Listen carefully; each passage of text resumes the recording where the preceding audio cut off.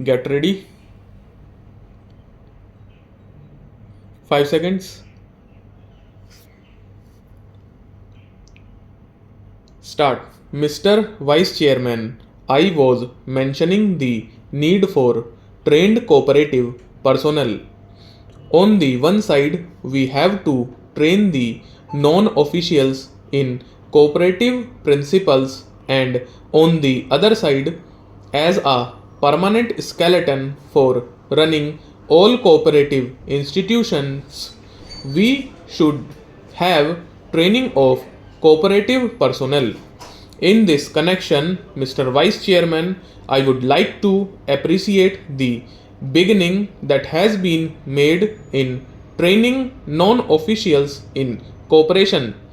This has been attempted on a scale which has not been done hitherto, but more than any cooperative principles, the human element, the element of character, the element by which people will stand up to certain cooperative principles rather than their own selfish purposes is what is wanting in many of our cooperative societies. This cannot be improved by legislation. Nobody can legislate a people into good behavior. This can only be done by constantly training people, telling people the principles we stand for, and appreciating the people who attach themselves to these principles.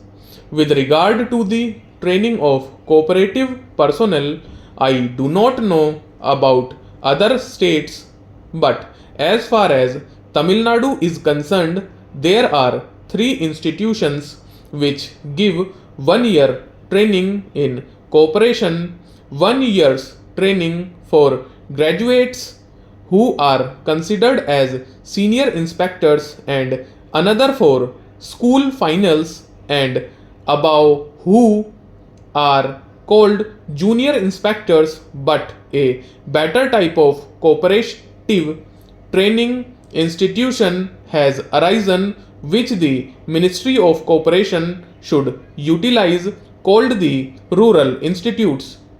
The Rural Institutes today provide a 3-year course in cooperation.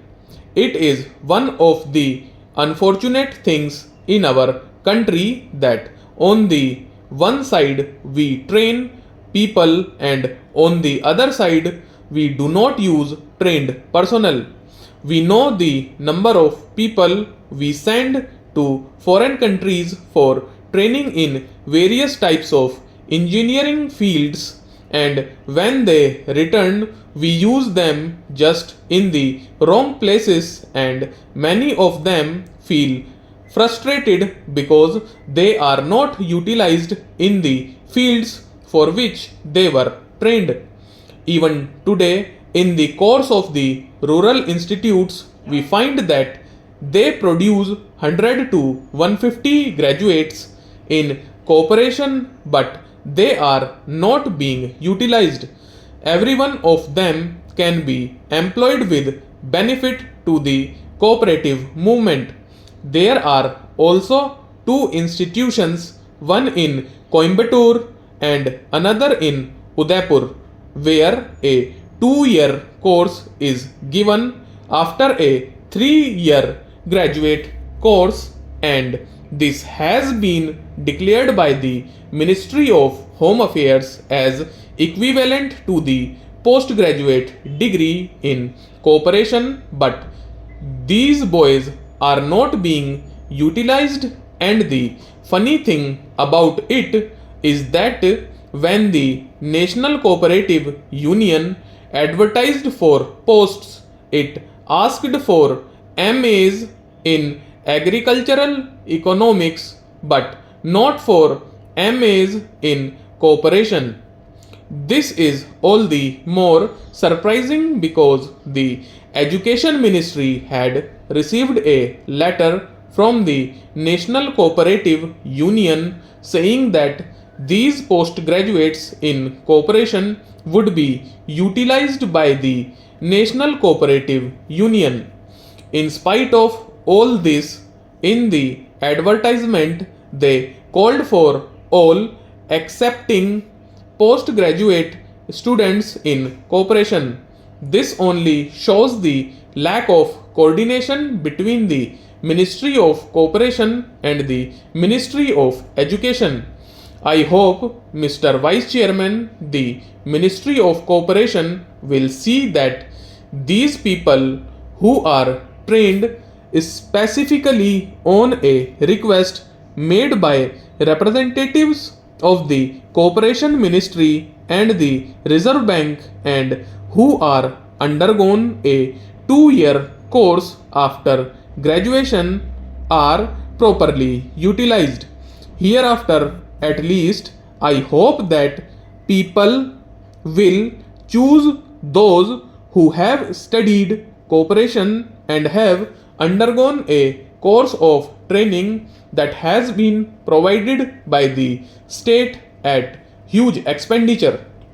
Now I come to the next important aspect of cooperation, and that is with regard to cooperative financing. Recently, our apex banks have been strengthened. Recently, we also passed legislation here in this house by which amounts up to 1500 crores would be advanced for cooperative marketing.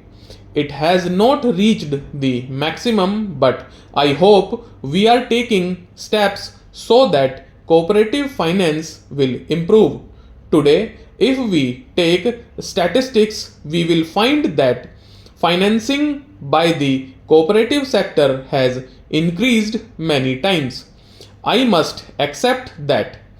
If I remember all right, as far as Tamil Nadu is concerned, it has become 5, 6, 7, and even 10 times in certain areas, and while this is good so far as it goes, greater facilities should be provided for further expansion of the movement is to touch the people.